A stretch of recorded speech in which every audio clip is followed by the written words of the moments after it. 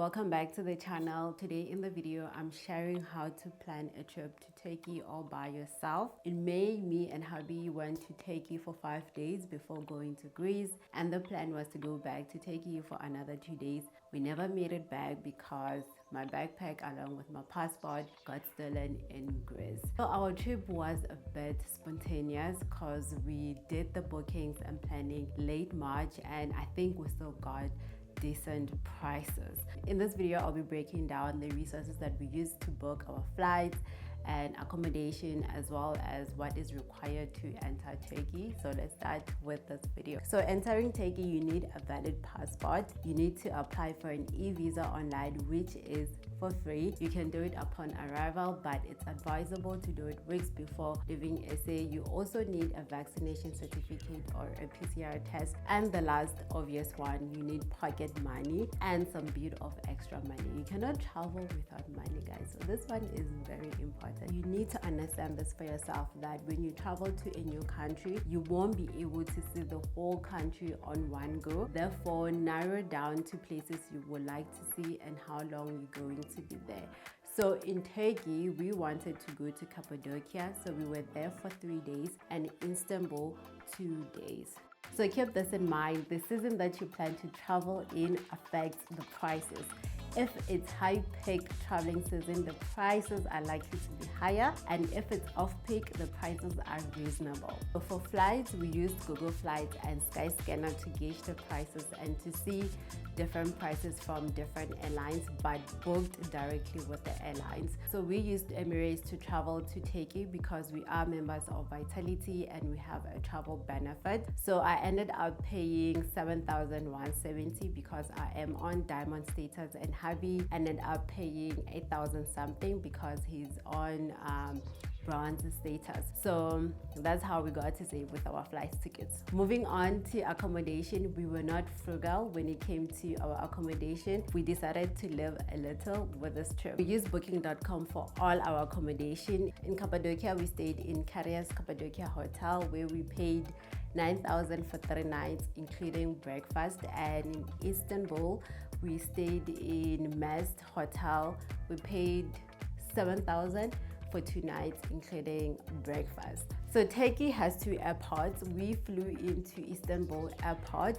To get to Goreme, where Cappadocia is, you either have to use a bus or rent a car or fly into there. So we flew to Kayseri airport in Goreme, and Goreme also has 2 airports. The other one is Nevşehir airport, which is closer to Cappadocia, but we ended up flying into Kayseri. I think we got a good price, that's why we chose that airport. From the airport to Cappadocia, we used a shuttle arranged by our hotel, and each of us paid 10 euro. And there's also a bus that you can use, but we've never got to use the bus in Cappadocia. In Istanbul, we used the bus and the train to get to our hotel. We were staying in an area called Fatih. I believe Fatih is an old town in Istanbul. So the reason we ended up using 2 modes of transport is that the bus didn't get to that area, so we had to change to a train to get to Fatih. We got off at Sicenki station. I hope I'm saying it right. We used the card inside the bus to pay for our fare, and with the train we had to buy a card and load money to use the train. Also used the taxi to leave Istanbul because we had an early flight to Greece. We didn't want to miss our flight. A taxi should always be the last resort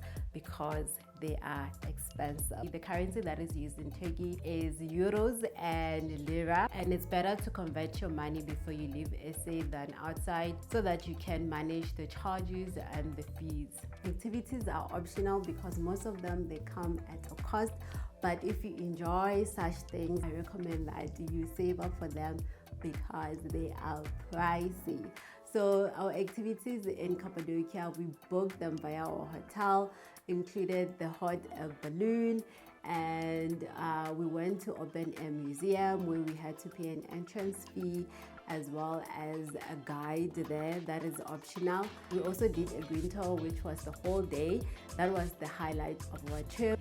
And the last fun activity we did there was a photo shoot. I just think you can't go to Cappadocia and not do that photo shoot and not wear that beautiful dress.